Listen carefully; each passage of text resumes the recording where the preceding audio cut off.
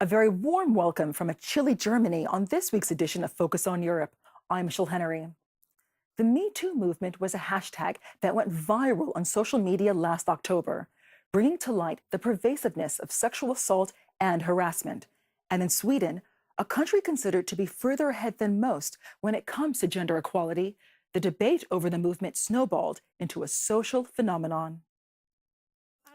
Thousands of people have taken to the streets in a show of solidarity with Me Too. They demand full equality and harsher punishment for sexual violence. 25-year-old professional handball player Linnea Claeson has become an icon of Sweden's Me Too movement.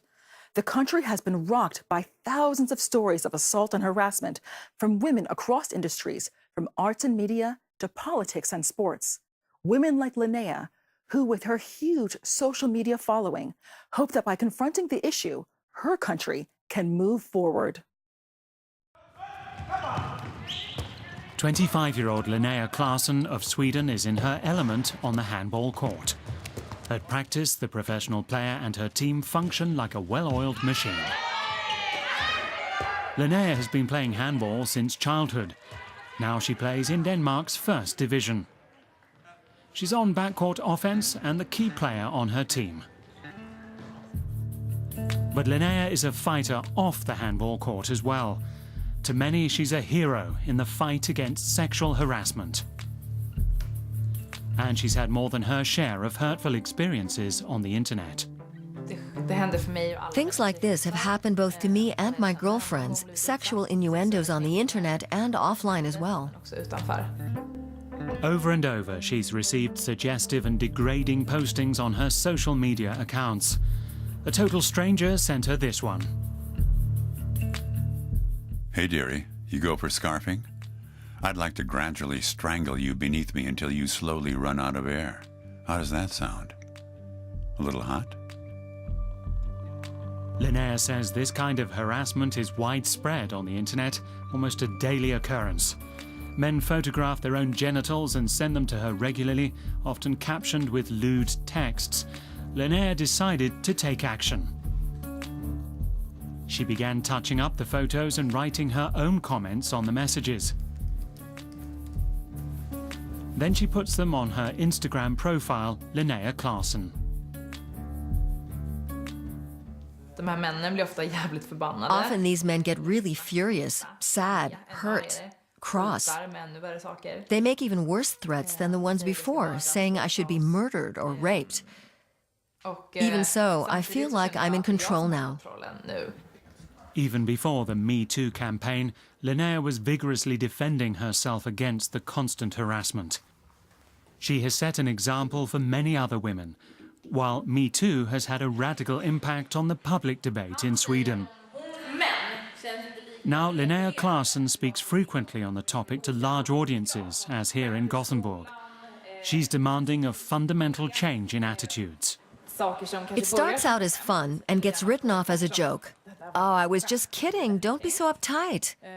But when you're subjected to a physical attack, it's no longer a joke. And people listen to her. They welcome her remarks. Many feel liberated. Most women have experienced these things from childhood on. It's not so easy to hear the things other men are capable of. I'm worried that this movement will peter out, but I'm hoping it'll carry on. Things are really taking off here in Sweden. Women from all walks of life are coming together. Men are getting involved, suddenly listening and wanting to change and support us.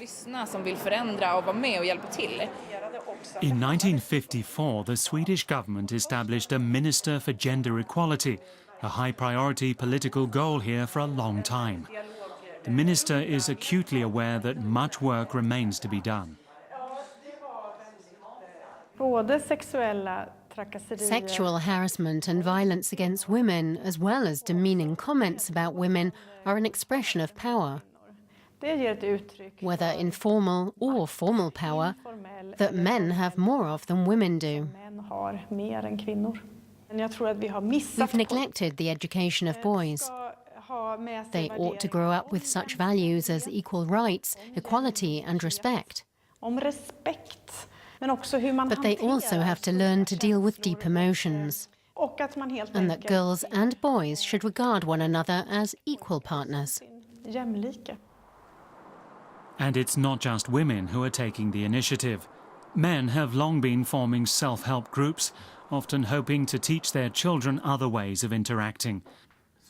Tommy Lucasi founded one of Stockholm's first men's groups. We men have to start changing our attitudes towards ourselves, our self-images, and what we're allowed to talk about. Personally, I've gotten more relaxed and self-confident since I've been able to let myself be weak now and then. Tommy says he wants his son to grow up with different values.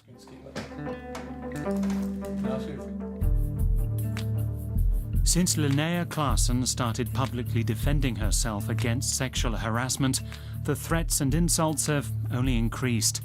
That scares her, but not enough to make her give up. I hope that girls born nowadays won't have to experience what I've been through. To be confronted with sexual violence their whole life long is something nobody should have to deal with. We shouldn't have to live like that. There's a long way yet to go, Linnea adds, before women can live with true freedom and respect, even in Sweden.